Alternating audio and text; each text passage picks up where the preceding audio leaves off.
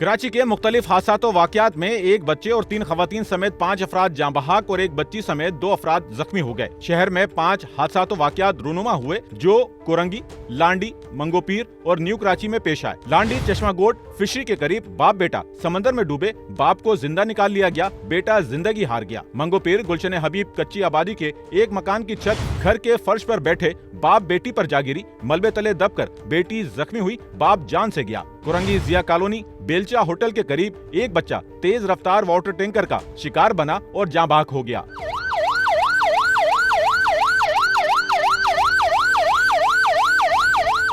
New Karachi sector 11L Farooqia मस्जिद के करीब घर में करंट लगने से एक खातून जान से गई। बागे कोरंगी के करीब घर की छत से गिरकर एक खातून जिंदगी हार गई। कैमरामैन अमीन के साथ Nouman Rafiq, SNN Karachi. Sachal news network की वीडियोस में खुशामदीद। नाजरीन, वीडियो से मुतालिक अपनी कीमती राय का इजहार कमेंट बॉक्स में ज़रूर करें और चैनल को सब्सक्राइब करें।